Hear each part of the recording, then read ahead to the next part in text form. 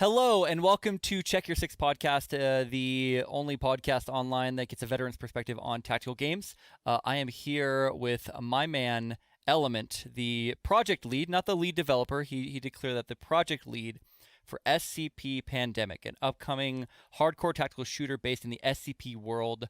It's a horror-based tactical shooter, and I could not be more pleased than to get this interview going. There's been a couple missteps. I'm a hard guy to schedule with, but Element's worked through it all. I think he's still muted. But when you get a chance here, Element, go ahead and say hi to the folks. Hi. Hello. So first off, thanks for coming on the podcast. I feel really honored that you do this. I'm so excited about this project. I've been really excited about the project. I think that you can tell I've been excited about the project because I've been bugging you nonstop.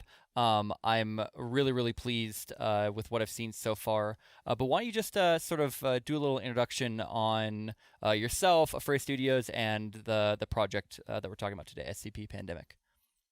Well, I'm Jester, also known as Element online now. My actual name's Aiden. I, of course, lead the studio behind SCP Pandemic. We started around 2-3 years ago now on a different project, which we kind of shifted over to Pandemic to kind of lessen our scope and have a more realistic approach to game development. And I mean, yeah, I like rockets. Rockets are pretty cool. And yeah. Do you have that Starlink? Are you part of that Starlink? Yeah, yeah, Yeah. yeah. Starlink, yeah. I felt Using it right like now. if I knew somebody who had, I know somebody locally who has it, but I work in space, so it's not surprising. I was pretty sure I remember you mentioning Starlink in one of the other servers that we're in. So, um, Yeah. cool. Well, so Affray, is this Affray's first project that you're trying to take to fruition?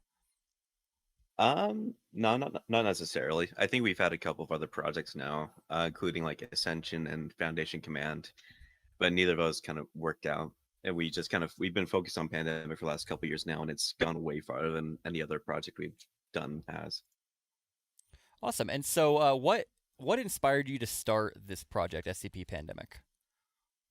Well, I started in Gary's mod, funnily enough, for like SCP roleplay and some other cringe stuff. But so most of my motivation kind of comes from wanting to kind of experience like a supernatural tactical world where it still feels pretty real. That's been my kind of drive because I didn't see that get done too heavily or like really tapped into. And so that's where the drive of Ascension was. It was literally me trying to kind of recreate kind of like an SCP roleplay server on like a bigger scale pretty much. So, But that kind of just didn't work out. So is there a lot of SCP roleplay on Garry's Mod? oh, a fuck ton, yeah. It's a pretty massive community there actually. In fact, the name of Frey actually came from us. Like I was trying to get like a cool edgy name for quote unquote battling with another server community that I didn't like. That's so funny. Yeah. And it of course stuck. So Cool. So I want to talk first before we get too much deeper into the game itself about sort of why I think the timeliness of the podcast. You guys are running a Kickstarter right now. Why did yeah. you guys go with the Kickstarter model?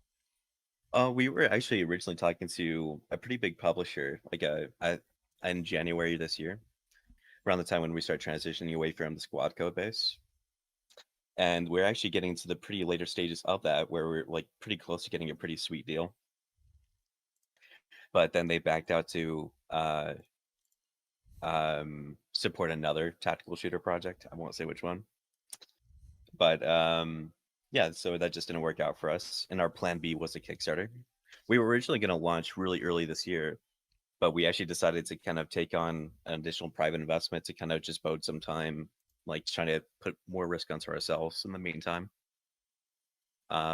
So we were originally going to probably launch a Kickstarter in April, and that would have been awful because the game for sure wasn't at all necessarily gameplay ready at that point.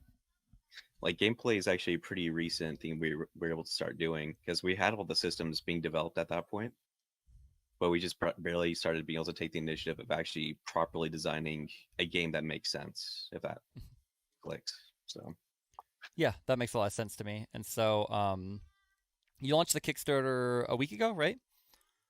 About, yeah. Okay, Yeah. and I'm gonna pull it up on the screen here for those of you guys watching on YouTube. Let me. Do, do, do, do, do.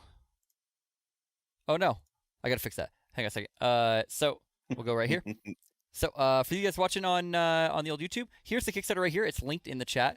I'm gonna do. I have actually a little challenge that I want to do for the guys out there.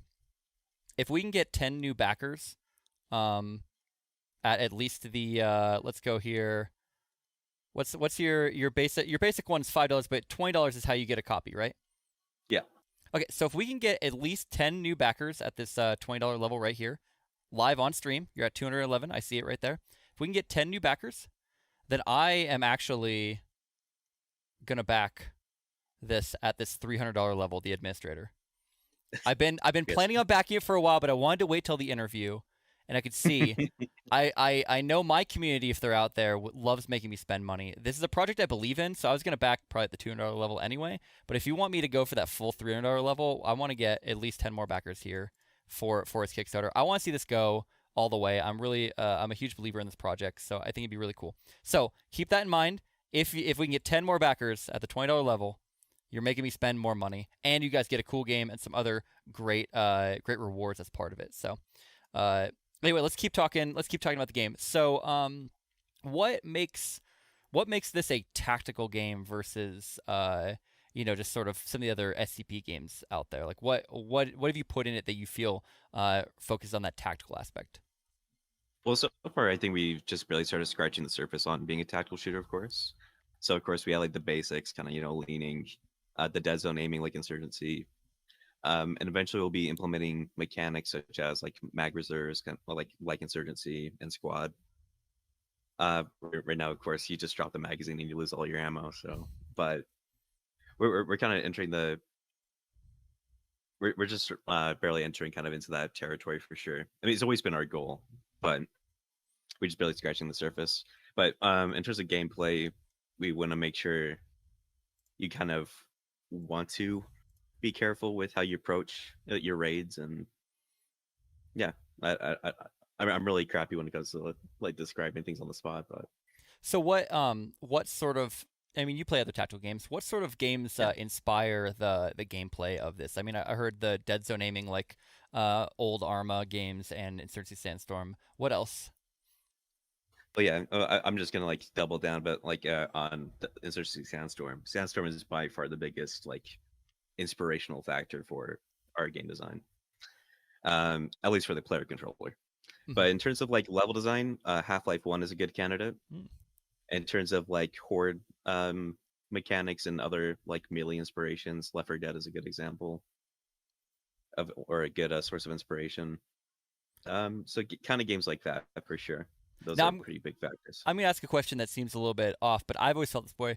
I've always felt that Half-Life 1 was kind of a horror game. And anytime I've said that to Yeah, people are like, no, no, no. I'm like, that is totally, to no, me, it fits no, it's all. 100% a horror It's game. just not Yeah, necessarily a scary horror game. yeah, it's kind of I guess cartoony to some degree Mhm. in terms of like how things are handled, but it's for sure a horror game. I agree with that 100%. Cool. I'm glad I found at least one person that agrees with me in the world.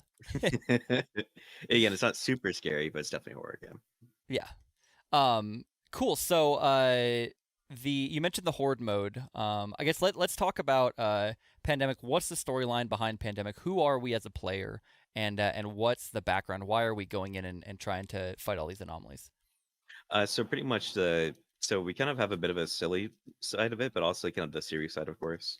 So overall, the situation is you're the Global Cult Coalition. You're like a division of the United Nations that handle like anomalous objects and supernatural entities. So you pretty much there's another organization that's kind of like that, but are a lot more containment research based called the SCP Foundation, and they generally have a lot more. There's Secret World Government, a non-governmental organization that has a lot of control of the anomalous, and they have a lot of them contained, a lot of them researched, so they have a ton of knowledge and stuff like that. So, but pretty much what the Foundation have decided to do is they discovered a new entity that's in everyone's psyche in the SCP 5000 canon. and they decide that pretty much that, or they find out that this entity is incredibly nefarious. So they're like, it'll probably be a mercy to kill all of humanity. So it's kind of like a big escalation, but that's what that's their consensus. There's another side to that, but like be kind of spoiling the lore that's already out there. But pretty much there's another entity that's also kind of like making it even worse than it actually should be. Oh, So, okay.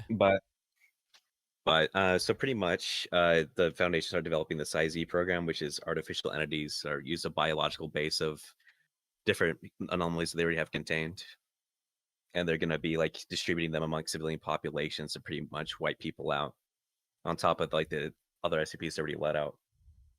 So you're the GOC, you find out about this because you have a whistleblower inside of the Foundation, and you kind of pretty much raid their site in the middle of their own containment breach of the psi-z program that they're developing.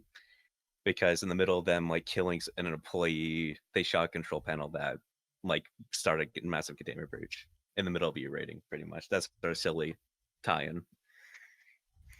So It happens, man. That's what happens when you try to keep all this stuff behind glass. Containment breaches are almost always dumb. I mean, we just never mind. I won't say anything about a real pandemic. Anyway, so moving on. So so we're not playing an MTF. Are we going to see the MTFs? Or are they going to be out there? That's kind of like a 50-50 thing for us, because we definitely want to have like MTF you could battle, but like it's kind of one of those things where it'll be very complicated to develop, of course. Mhm. So we really want to, but it's just a matter of like, of course, how successful this project is, how much funding we could get, how much time we could allocate to it, so on and so on. Cool. So what's been the you released a copy or a version for content creators, which by the way, the Mhm. plan is for those of you out there in Chatland, plans for us to play it right after this. We're gonna try to do a round or two just to get a look at it. So if you guys haven't watched Karmika's video, if you haven't watched Justin Red, Durag's videos, or anything like that, this might be the first time you get to see it. If not, we'll get to reinforce that, and we'll get to actually play with the man himself, which I'm pretty excited about. So, what's the reception been so far with that alpha release, that early access alpha release? I'm incredibly surprised to say that it's been incredibly positive, incredibly positive. Like even when we had like the shitty like squad build, like where it had like no gameplay or anything like that, people were really supportive then as well, which was even more surprising to me. But when we started doing this build and playing with a ton, or getting a lot of people to play, and a lot of people have been saying that this is something that they really want, which I didn't realize because I thought we were making a super niche game. I was like, this is a tactical shooter. We have zombies. We have these like other artificial entities planned. I didn't realize like people would be really that interested in this, because I thought people might think it was just weird. But it turns out there's actually quite a few people who want this. So I feel like there's an undercurrent of commonality between SCP and people who are into tactical games, as well as some of the things. Airsoft being another one. You tend to see that the Venn diagram of people who like those things are similar, and I think part of what it is the a lot of the tactical games out there are kind of early access or like moddable, or kind of like the whole history of it kind of comes from mods, whether that be Sandstorm or Arma 3 being a fully moddable game, where like if you play tactical games, you're kind of used to the like creating stuff yourself aspect of it. And hang on a second, my daughter's being extremely rude. oh, good.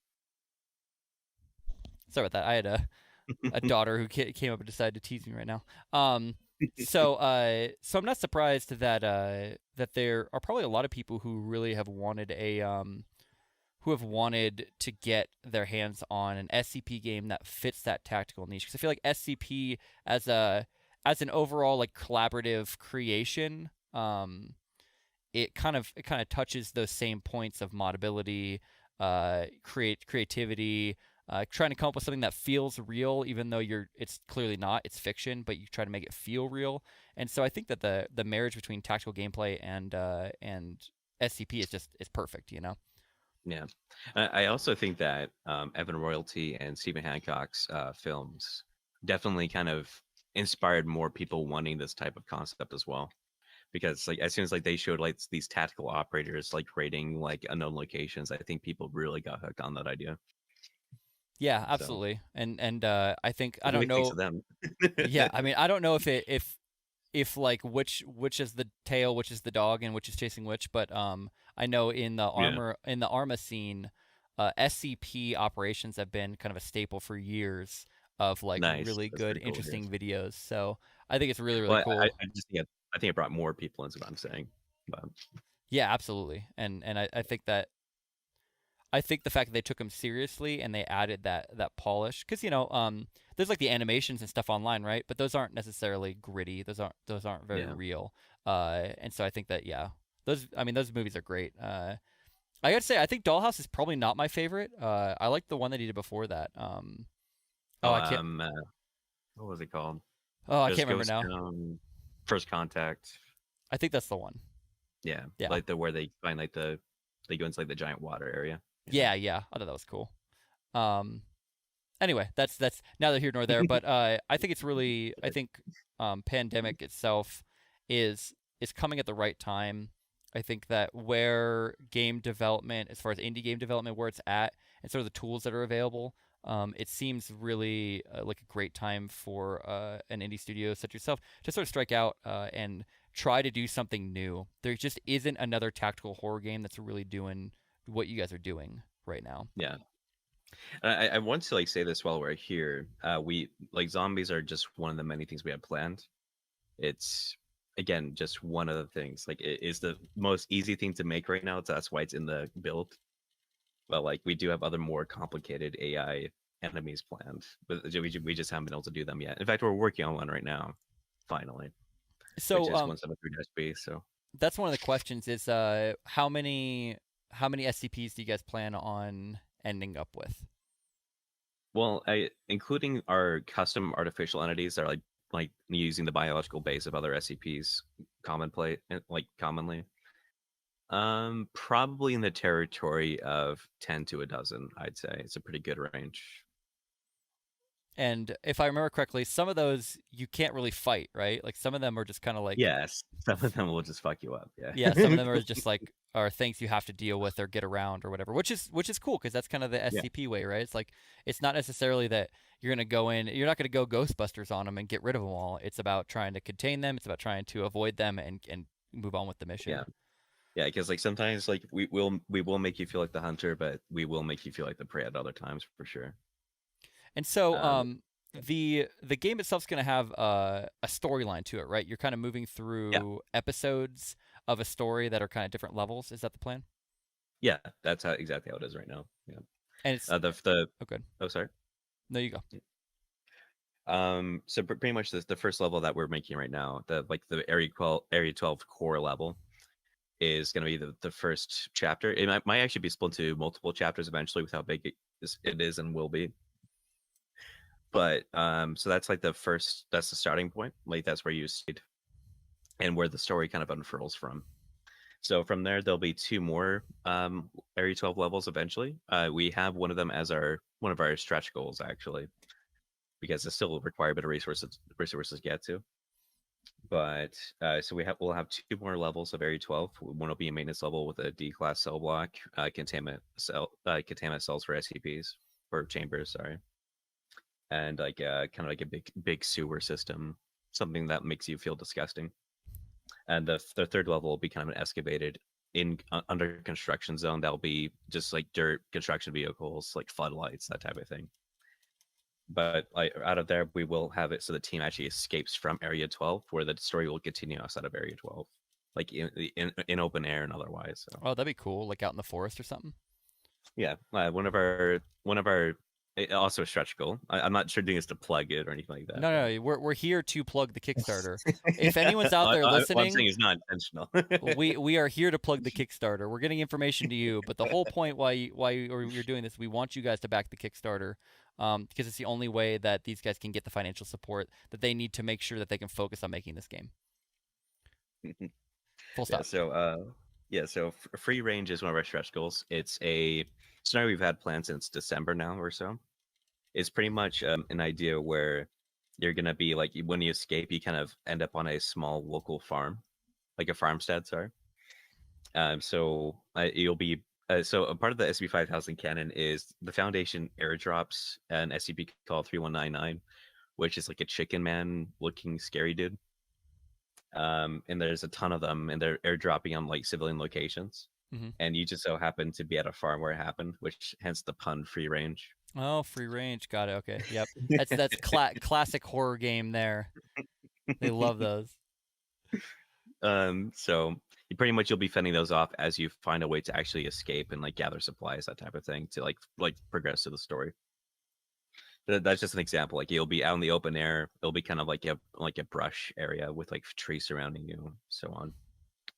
Cool. Yeah, I see that as one of your stretch goals. So that's awesome. So there's a lot of content. Obviously, SCP is a very rich world. There's a lot of content to mine, but it seems like you guys are doing a good job of focusing on the core of what you're trying to accomplish, and then adding other stuff maybe at a later date, whether you get the stretch goal or maybe as an expansion or something like that. And that seems really cool to me.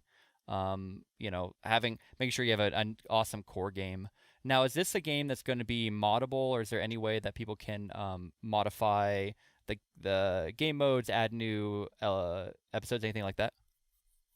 It's definitely something that I'm interested in for sure. It's always been an interest of mine, but it's just a matter. We're trying to figure out what would be the best way to do it because, of course, there's always the Epic Games, mod kit, but not a whole lot of people can actually run that well because there's a lot of individual files to parse through, and it like often like it takes like ages to compile the shaders, all that stuff.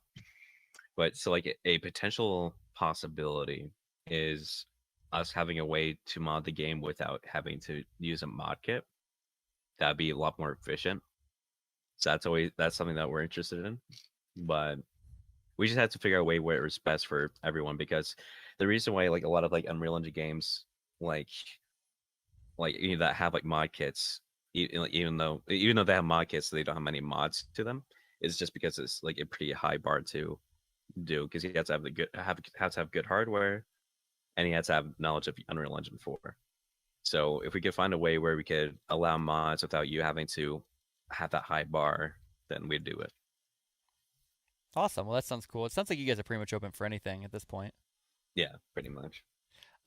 So what game modes are going to be available at release? So like 100% gonna happen is the core mode that's being made right now. That's of course we already have this investment into it to make sure it's finished. But What's that core game mode? Just to make sure. yeah. I was about to say sorry. So which is the main story. So it's pretty much co-op. You can have up to 12 players, but we recommend around 4. And we will eventually we'll have a way to scale the zombies based off how many players are connected to a server, kind of like Left 4 Dead. So that'll be pretty soon. We actually have a horde manager that's made but hasn't been implemented yet. That optimizes the AI, makes them perform a lot better, makes them a lot more alive, I'd say. But that's yet to be implemented, and it's not in the current demo right now. But so that we'll for sure have the core mode, which is the co-op story, at least the Area 12 story. So that'll be for sure going to happen at release. But if we could get other milestones on the Kickstarter, then we could, of course, do things like Meltdown, which is a PvPvE mode and all that type of. I'm really excited for that mode. PvPvE is one of my favorite things to do. I really like games that can implement those well. Yeah, it's pretty much Team Fortress 2 payload, but like a nuclear reactor core that you have to load into a reactor. So what could go wrong? Well, zombies are fucking zombies are everywhere. So one of the questions that's been asked, can you play it solo? Is the game intended to be able to be played solo? Absolutely, yes. Solo and offline support, 100%. Cool, that's awesome. Offline support's a big deal, obviously, for a lot of people. They don't want to necessarily be always online, always connecting to a server or anything like that. What hosting modes are you going to have? Hosting modes? Like, is it something where you can set up like a community server, or is it only peer-to-peer, dedicated servers, that sort of stuff? Yeah. We'll be, of course, partnering with a few server companies that people could buy servers from, of course. But we will, we already do, and we'll continue to do it. We'll distribute the dedicated server build through Steam that anyone could host a server with. We'll be very minimally hosting it ourselves. We want the community to kind of take charge on that. We'll have a few official servers We want it to be mostly community run. Did Sorry, my internet die? no, it's Oh, I my think my internet. internet. No, Oh, it's yours. it's my Okay. side, yeah. Okay, so where do we leave off? Oh, you're saying peer-to-peer and dedicated, and you can rent dedicated through specific companies that you Yeah, guys. peer-to-peer will likely be scrapping soon because Unreal has pretty bad support of it. Mhm. But we'll for sure have community hosting, and we actually kind of want community to be taking charge on that for the most part. Yeah, sorry, my internet's acting up. I'm making sure my wife's not doing anything crazy. Anyway, as I was saying, so we're talking about game modes and hosting. Is there so if there are community servers, is there anything that people be able to do where they can like modify some of the back end stuff for the servers, like make it harder, make it Oh easier? yeah, technically you already have some of that in a very light capacity, but yeah, that's definitely something we'll expand on further. Well, even like it's like probably fully disable whether or not something spawns or make it so it spawns more frequently, etc. Mm-hmm. That's pretty cool. Yep.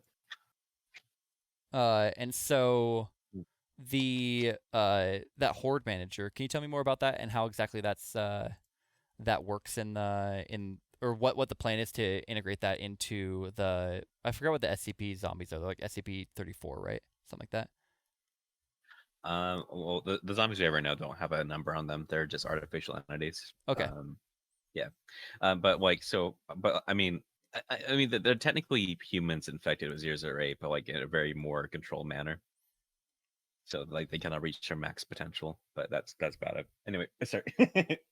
But so pretty much the horde manager, what that'll kind of entail, and like it's already kind of again, it's already a thing that exists, but like we haven't been able to implement it yet because it's a big thing to implement. Mm-hmm. It'll like be a massive change for the entire project.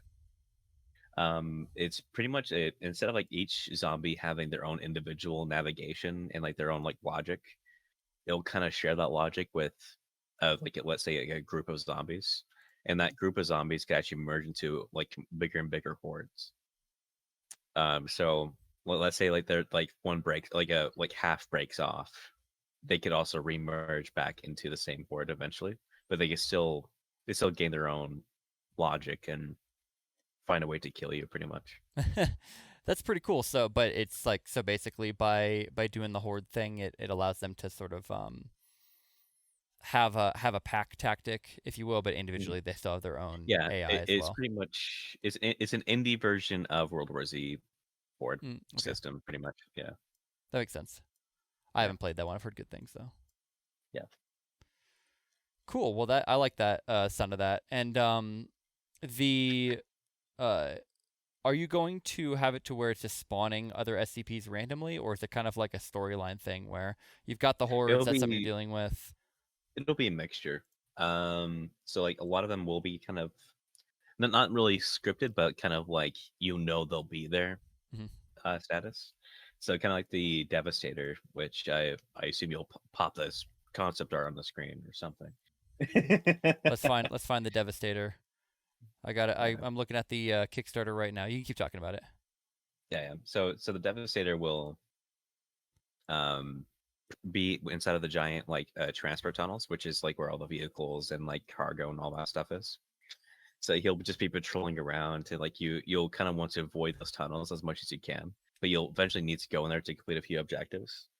So kind of the thing we have planned with him is that you'll have to kind of like make it like do a noisemaker, like distract him in order to kind of make it through, because you can kill him, but it's gonna be incredibly hard to do it. Like to the point where you'd have to like probably like restock your ammo like probably 10 times per person. Cool. So you're not making it impossible, just extremely difficult and unlikely. Yeah, exactly. He's So got rows and rows of teeth, man. yeah, he's pretty much a shark.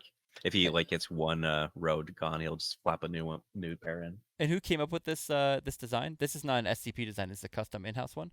Yeah, yeah. It was White Reaper, also known as Kyle Fitzpatrick.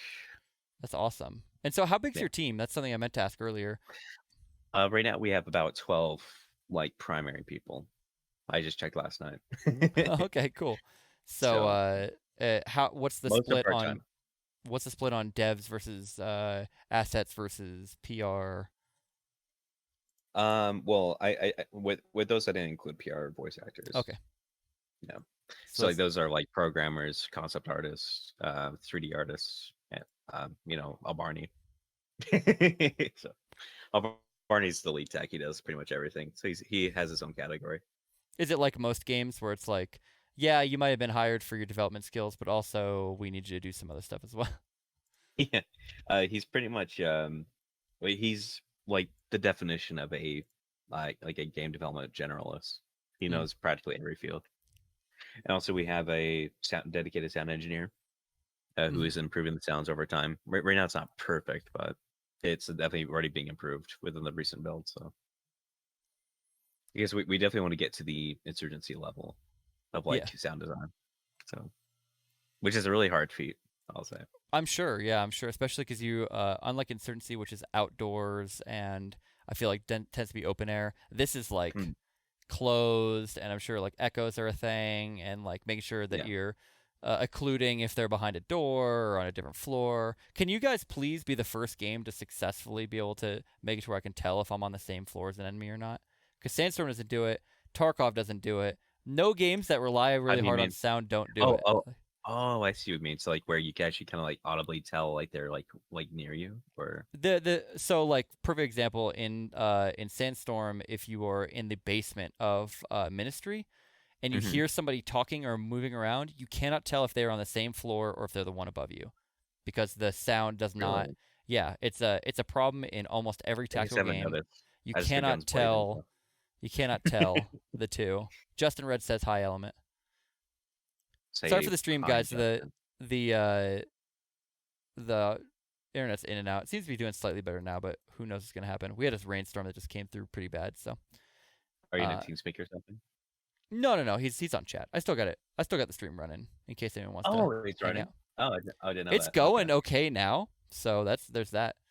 He said we're Yeah, I didn't turds. know it's running. Um yeah, that's a big problem with sound design. I'm sure it's not as easy as it sounds, but like it really sucks when you're on one level and you cannot tell if somebody's above you or on the same level as you, and you're looking left and right and they're just running past you above you or whatever. Yeah, a big focus right now is definitely spatialization because that's something we want to do. Again, it's really hard, especially so. Pretty much, kind of explain audio design. It's not it doesn't necessarily dynamically tell like where you necessarily are in it, like within an environment. You have to kind of tell the audio system where you are. So you have to make like audio volumes for each individual room. Mm-hmm. So we probably will make sure that like things that are in the same volume as you are like prioritized, so you can kind of tell that they're with you. Mm-hmm. But like again, it kind of gets in that tricky territory where there might be some cases where you can, some cases where you can't tell. So I'm sure we'll figure it out. We'll try to keep in mind. And Well, I'm pretty but yeah, excited. I'm pretty yeah, excited about it's just really hard. that. The fact that you guys are focused so much on sound, I think, especially as a horror game, or a horror tactical Yeah, game, I should say. audio is incredibly important. Like it's most underrated, underserved thing in game design often, and it's like when you have good sound design, like things like you can have like really shit visuals, but like have like a great audio design and like magic, your game becomes awesome. So, but but like the reason why sound design is like pretty important to us overall though is just because like it just makes things far more immersive. You actually kind of tend to get drawn in more because again, if if the visuals could look decent but not like great, but if you have better sound design, that's what kind of actually brings you in, and your brain is actually able to kind of adapt to what you're experiencing Mm-hmm. a lot more. It's hard to word, but like I'm trying to word like what my brain processes, No, I but get it. that's why I've taken a huge initiative with making sure we have a good sound design department. It's really important. It's one of those things, like you said, that maybe is not as well utilized by a lot of studios. But if you can Yeah. get it right, then it can really, really Um, change well, I mean the scope of that's the a game. main, but like one of the main appeals for like games like even like Ready or Not and like Insurgency is like their amazing sound design. Mm-hmm. So Well, yeah, I'm really excited for that. It sounds like the team. You said it's somewhere else that the team is mostly new to gaming, or to not to gaming, yeah, but to game game development. development. Yeah. So Yeah. how did you how'd you recruit a team that's kind of all new? pure luck. So I pretty much, where do I start? So a lot of it, again, it was just mostly pure luck. Like I knew a few people from when I was modding on Gary's mod. That's where I started, and like I got my initial team. That was probably the worst team I had, but like in which is where I actually game development. But it kind of worked out, of course. But then like I started just reaching out, and like it just I think like just having our vision out there, like where people can actually see it and actually want to believe in it, it also attracts other like people who wants to do the game development. So a lot of the people that just end up joining us just are just reach out to us. So it's just, again, it's just something that kind of worked out. It was pure luck, pure chance. But yeah, again, things just kind of worked out magically. It's the way to put it. So one of the ways that we know each other is through the Black Site guys, Gooms and Yeah. Devil Eyed. Sort of what's your? I know that you guys kind of partner with them a little bit. How's that? What's that relationship like? Um. If you So don't mind I've me known those asking. guys. Yeah, yeah. I was just sorry. My brain just kind of went like fucky wucky. Can you ask that again? Uh, what's your guys' relationship with Black Site, like as a company? Right, I right, know right. that you know Okay, Gooms okay. pretty well, but Yeah, yeah, yeah. Okay, yeah. My brain just didn't register that for some reason. I just went to another dimension. Um, SCP is probably what it is. That SCP got in your so, head. so I mean, I'll just start with the very beginning. So I actually found Black Site through Ready or Not, like back in the day, because I was pretty keen on Ready or Not back then. Um, so Who and wasn't? I mean, at one point, who wasn't? yeah. Nowadays, not so much, but Yeah, so that's why I found their community, and funny part is I just asked if like, hey, can you just like shut up my Discord server? That's all I would just ask. that's so funny. and it ended up like where Gooms, Double I, I think Chach was newer at the time. I can't remember. We're all just like, oh yeah, well, let's collaborate. And I'm like, wait, what? So we just kind of became friends since then, pretty much. Yeah, they helped us get a few commissions through like gun companies and Mhm. a few licensing deals, that type of thing. A few shout outs. Cool. So Um, it's more promo and connecting based, and yeah, not it's not like yeah, they are like exactly. part owners or anything like that. No, no, no, No nothing money like that. exchanging hands yet. Yeah, yeah, yeah, pretty much. um, so let's talk about the weapons. That's I think the graphics and the weapons. I know we talked about sound a lot, but the weapons are real weapons, right? Your plan is to use all real rifles and submachine guns Yeah, for this. It seems like. yeah, How no does like cringy laser things or anything like that. Yeah, how does one decide in a game like this where you have crazy anomalies running around doing all sorts of great things? How does one decide what the proper weapons are? Do you just sort of like, these are the weapons I want and they're cool, or is there a little bit more behind it? Well, it's pretty much that when it comes down to it, but Don't but out no, my process. but no, for the most part, we're kind of intentionally using real weapons, like ones that you get see in real life, use in real life, because we want to kind of make sure your brain is telling you this is something that's real, something that's more immersive. Because you have something like a laser gun, or like that's a ridiculous example, of course, but or like a big sci-fi gun that's like really big and bulky and looks really cool. It kind of just, I think it takes you out quite a bit. It's just like, oh, I mean, this looks cool, but this isn't real life. It's like we talked about that dedication to making a tactical game. Would you say that it's equal parts tactical and horror, or would you say that you lean one way or the other? It's hard to say. I Yeah, I can't say. I don't know. We kind of we like to fiddle with both. So I guess it's in the balance between both of them. Hmm. But It's in the balance. Okay. um That's funny. Anyway, anyway, sorry. but And then your I forgot it's the UN occult. What's the acronym again for the people that you're playing? United Nations Global Cult Coalition. It's but short as GOC. You don't have to GOC, do the yeah, UN. yeah, UN GOC or just GOC. How did you guys come up with the character design for those guys? Black on black on Um, black, right? Yeah, I mean that's just what our like basic placeholders. It's not really a thought out design. Or it's like, oh, that looks cool, I guess. So And we is just threw there that in and is there that for the demo. customization, or will there be at some point? Yeah. So there'll be like some like customization on our Kickstarter. We actually have a few skins that are already kind of there. So there's like, of course, the peacekeeper skin, which you'll have the classic like blue helmet and like uh green black camo, like like dressing. Sorry, my Hmm. brain farted.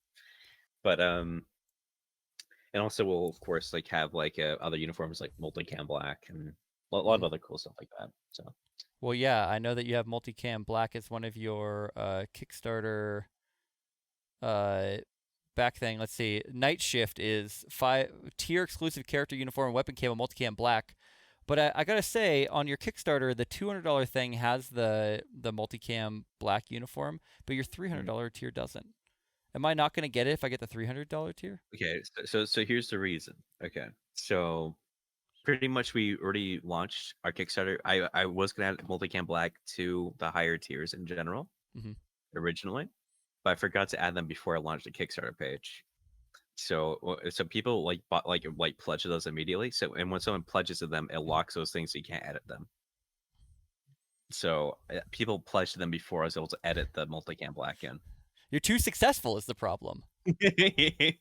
Stop being so but dang successful. but let's say if anyone in those higher tiers asked if they want like for multicam black, I wouldn't say no. Easy. Okay, cool. That's good to hear. As somebody Yeah. who's very likely to be supporting at a higher level here soon. I'm gonna put up on the screen as we talk just some of the cool stuff that you have on the Kickstarter, just so that people who are watching have the ability to sort of see what we're talking about. I'm not trying to hide your face. That's not why I'm doing it, even though it's not really your face, to be honest. Rude. It's I mean, I am rude, but I mean, it's um technically my face, but so the Kickstarter runs for another 23 days. Uh, what are your plans if you make it? Just continue the same way you're going? Is that going to be like an inflection point? You guys going to try to rush to a particular release date? What's the plan after the Kickstarter is done?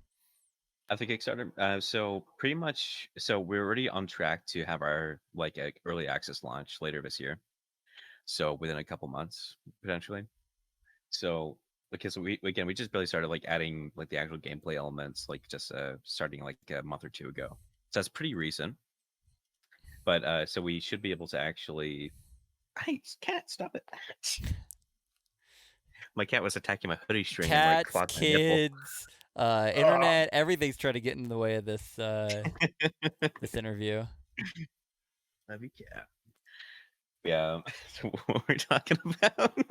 We were talking about what happens after the Kickstarter. Okay, yeah. So early access will for sure be by the end of this year. Like we're pretty confident on that.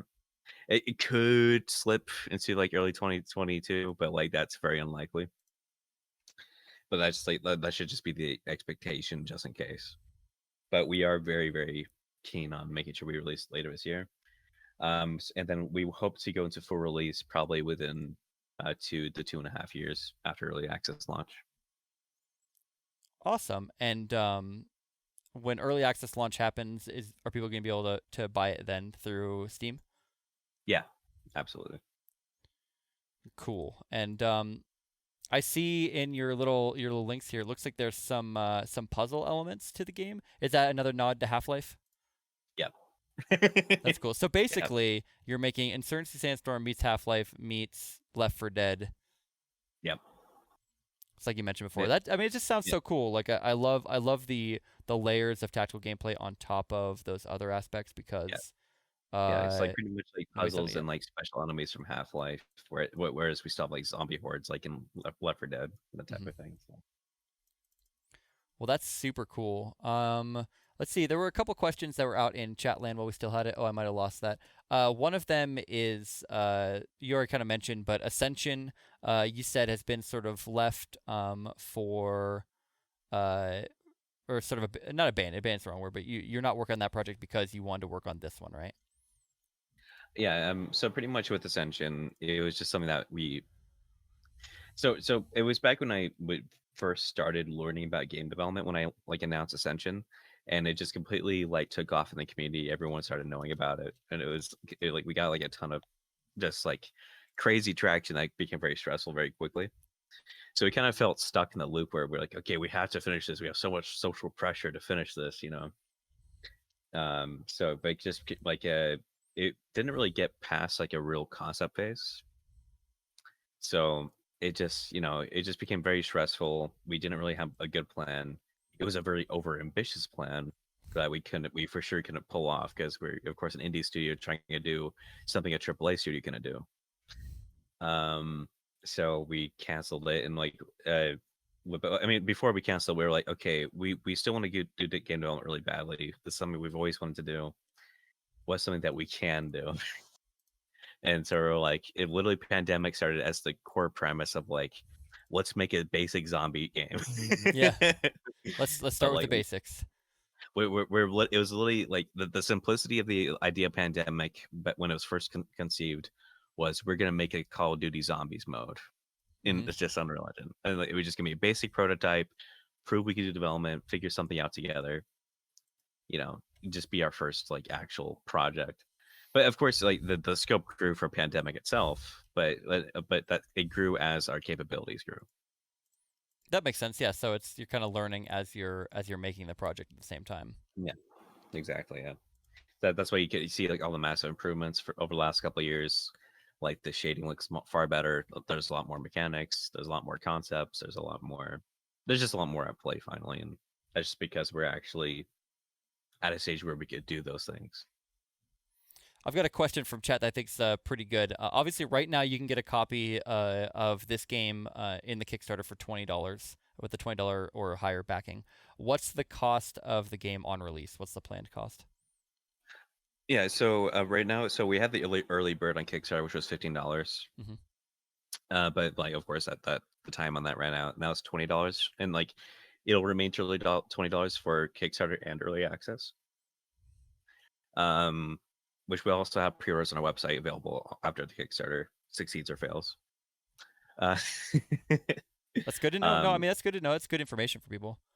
Support on Kickstarter and get a copy. Let's just say again, we're here to get you guys to the Kickstarter. It's linked in the chat. Go to or in the show notes if you're listening to this afterwards. Go to the Kickstarter. Support this project. These guys know what they're doing. They're going to make a great game. They've already got a lot of stuff, and they've got ties in with so many people that are going to help them be successful. That even if they don't have a particular skill set, a particular person that they need right now, they're going to be able to get that person and make this game happen. So anyway, continue. What's so after the Kickstarter, you can order through the website, but what's when it gets to early access? What are we looking at? It'll still be the same price. So Kickstarter, pre-order, early access will all be the same price. It'll be $20. Okay, cool. We'll likely have like a small discount for our website specifically, since we don't have like the Steam percentage being taken out of it, which is 30%, pretty high.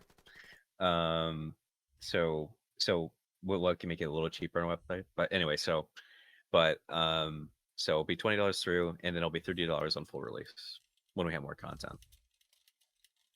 Okay, cool. So do you guys have a planned release date yet?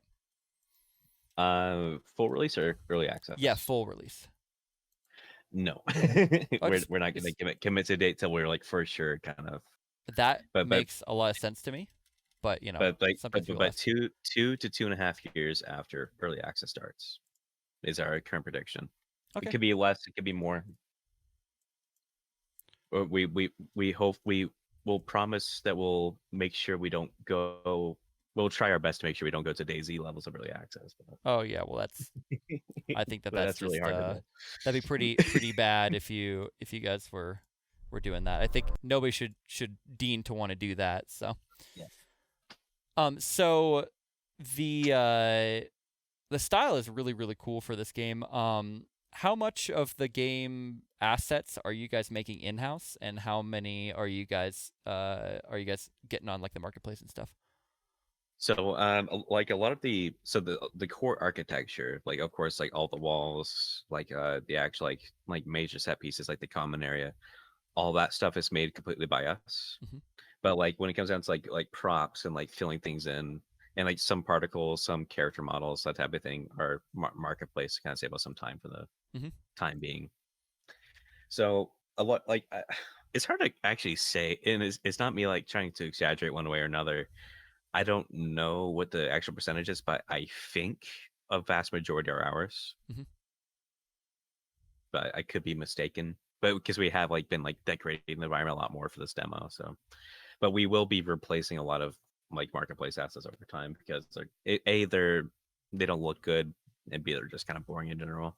A lot of them, so Yeah, a lot of them are very vanilla because they have to fit in a lot of games. yeah. Like anything we do to make things kind of feel more unique and like to actually feel more, like you're in this world, you like, and you don't see that because if you like, the marketplace assets are like of course they're not bad to use at all. Like, Yeah, it's something that I don't want to make it sound like if you use marketplace assets, that's a bad thing. I think yeah, some yeah, people I, some people take that the wrong way, and that is not a reasonable thing. If yeah, you use marketplace assets, that's totally fine. It's always interesting to see what people are making in house versus using on marketplace. yeah. What But matters like is the my gameplay, you know.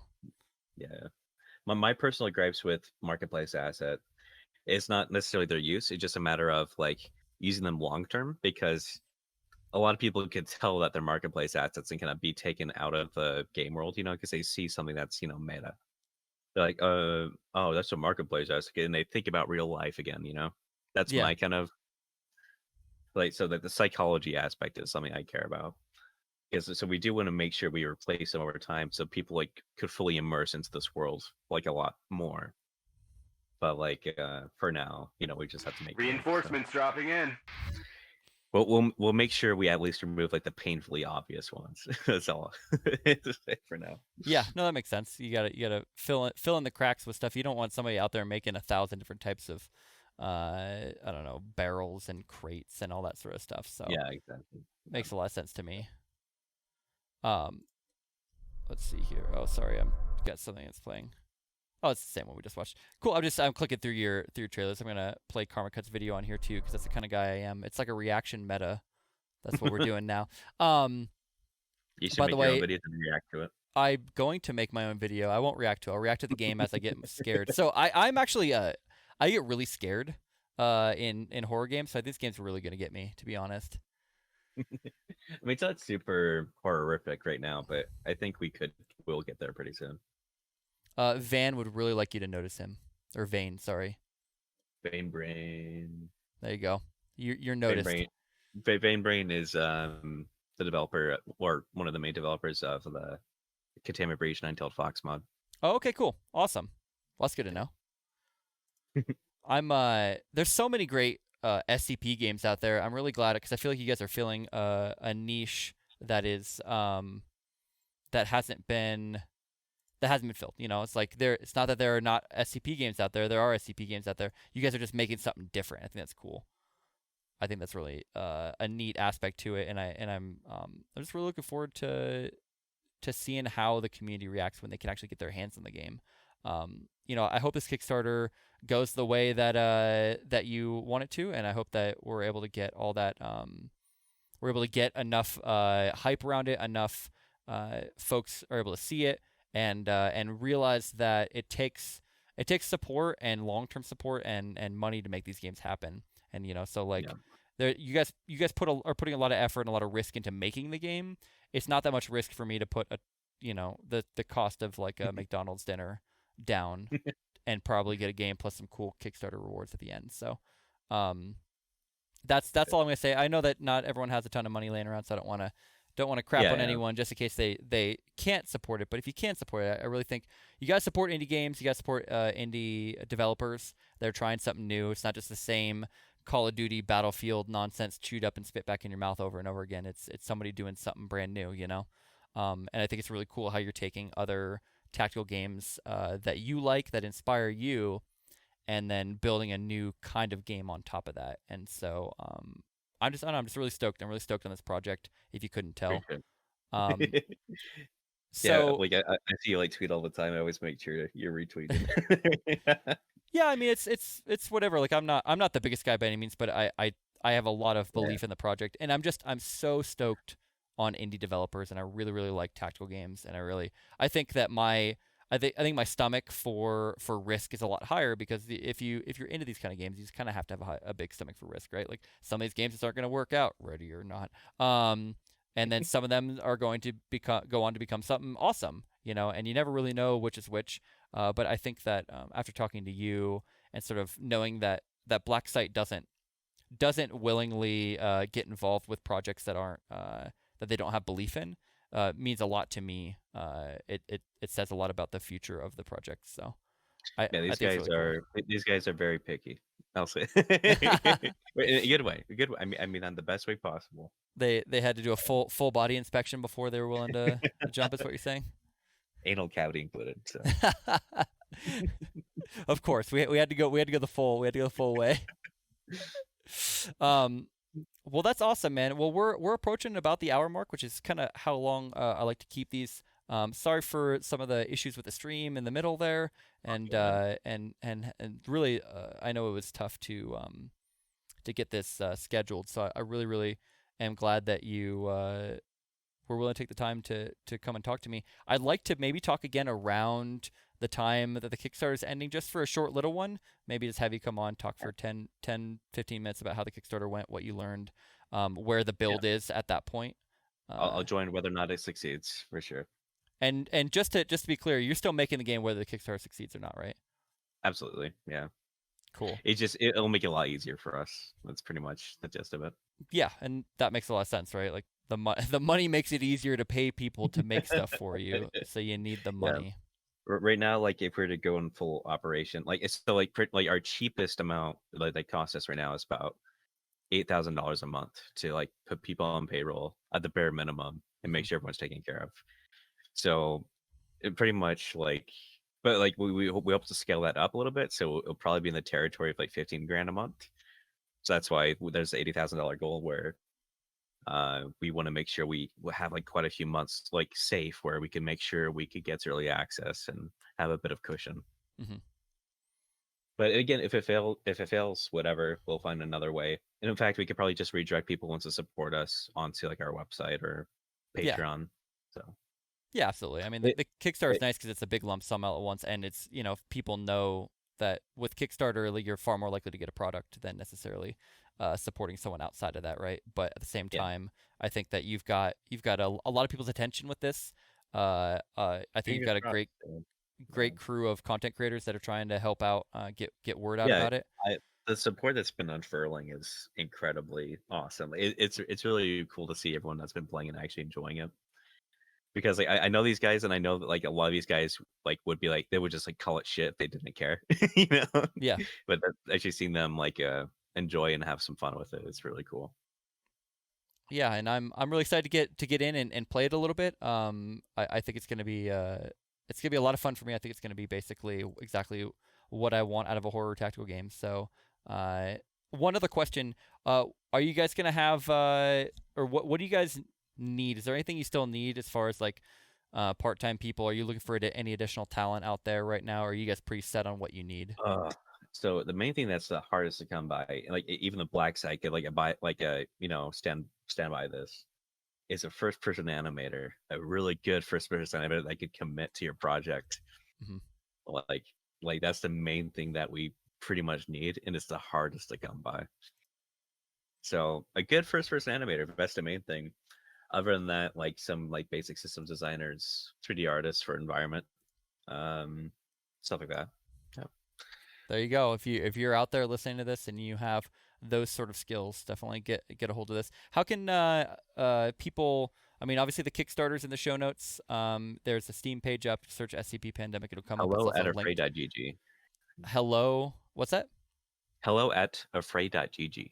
Hello at afraid.gg. That's how you get a hold of them if you want to get involved in the project, or you just want to send that you're really happy that they're making this game, or yeah, don't send them anything inappropriate though. I'm telling you right now, it'll be my head.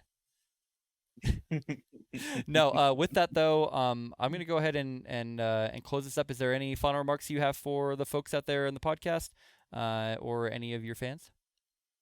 No, I think we have all our bases covered. I hope that you guys consider supporting us on Kickstarter, or if it does end up failing or whatever, to help support us on our website or Patreon. So Absolutely. Well, I'm gonna be here supporting as long as I can, trying to get as much word as I can out about this, making videos, doing all that sort of stuff.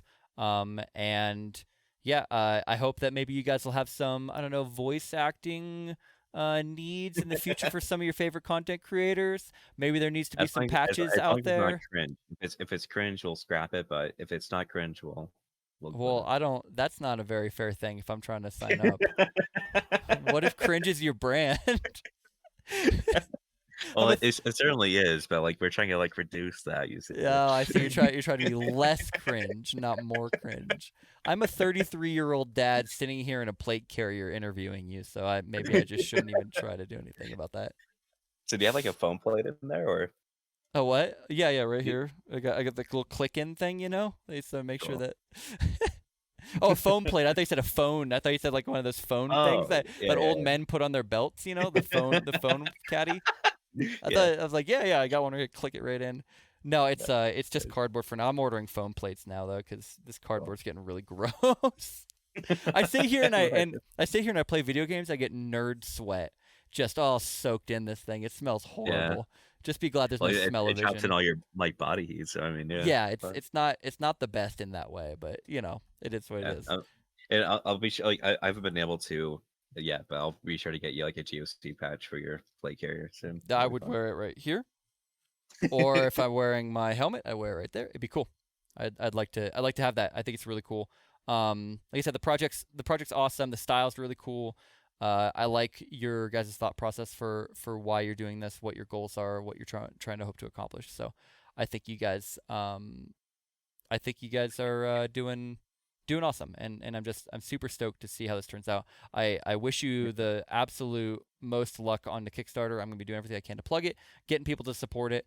I think that you guys are gonna go the distance. I believe in this Kickstarter. I truly appreciate it, man. Oh, everyone in chat saying they need a patch now, so maybe you shouldn't offer that. Oh. I need a patch. I'm Spartacus. With that though, thank you so much, Element, for coming on. Obviously, we'll be in contact, and like I said, I'd like to have you on for just a little mini talk near the end of the Kickstarter. Just talk about where you guys are at and what you guys have learned through this process. And we'll be playing the game, right? Let's try it. Okay. What's the worst that Give can it a try. happen? Well, I mean, if the internet Aw. might crap out. That's the only thing I can say. We'll try it. What's the worst that can happen? We might get some game in. For those of you guys out there listening on the podcast, really appreciate it. Make sure to like it on your favorite podcast, wherever you're listening to, Spotify. We're gonna get an Apple Podcast at some point. And of course, if you're on YouTube, make sure to give the thumbs up. Toss a subscription in there. All those things really matter to get it out in front of people, so more people can find out about this project.